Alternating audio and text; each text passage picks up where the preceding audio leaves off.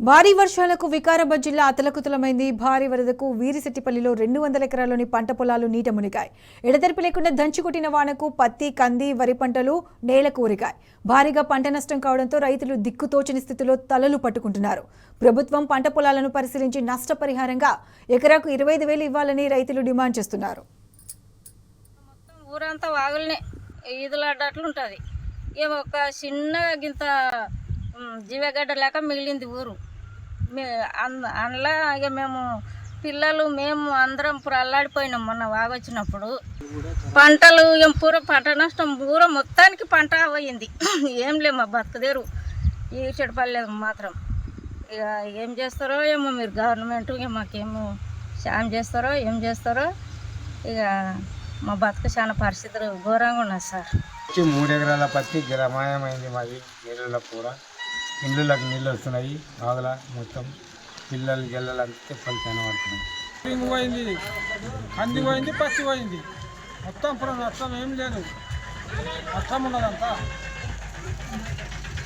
అప్పు తీసుకొచ్చి పెట్టినా, బాకీ తెచ్చి పెట్టినా మొత్తం పోయింది. ఇప్పుడు బోరు పత్తి కంది మొత్తం పోయింది, ఏమీ లేదు.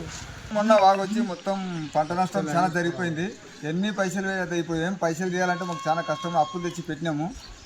తెచ్చిపెట్టి మొత్తం ఇప్పుడు ఏం లేదంటే నాకు 5-6 ఎకరాల భూమి మొత్తం పత్తి మొత్తం భూమి వండిపోయి లేచి పిక్కపోయింది. వాకు మొత్తము వరిసేను కూడా 2 ఎకరాల భూమి మొత్తం ఏం లేకుండా పోయింది. వాగులో అంతా కొట్టుకొని పోయింది. సగం వాడక పడ్డది, మొత్తం పోయింది. వాడుకొచ్చి అంతా కొట్టుకొని పోయింది. పిల్లలు వాళ్ళు ఉన్నారు. ఇప్పుడు ఎట్లా బతకాలి లాగొట్టి 3 లేక మిత్రులు తెచ్చినాం. అవి ఎట్లా చేయాలి ఏం చేయాలి అని ఆలోచన పడ్డది. ఇప్పుడు ఎట్లా చేయాలి వాగొచ్చి కొట్టుకొని పోతున్నది. అంతా పాడంతా అంతా కొట్టుకొని పోయింది వాగొచ్చి. సారు మాది పుర మొత్తము మునిగిపోయింది. అంతా వాన కొట్టి ఊటు పట్టి కాయలు రాలిపోయి అడ్డం పడ్డది. 2 లక్షలు అప్పు తెచ్చినాము, లాగోడి పెట్టినాము. ఏమిటికేం లేదు సార్. దాన్ని ఏం చేయలేము. మేము సావాలా ఉండాలా ఏకైనా లేవు. పుర అంతా సత్యనాశ అయిపోయింది. పూర మునిగిపోయింది. దీనికి ఏం చేయలేము. మీరు ఏమి ఉండదో ఆదుకునాలే సారు. తాండూరు మండలము ఆదుకునాలే మీరు. మాకు ఇప్పుడు ఏమి ఇబ్బంది లేదు. ఇక సాగు ఒకటే మిగిలి సార్. ఏమి మాకు సుధరాంతకు వచ్చింది.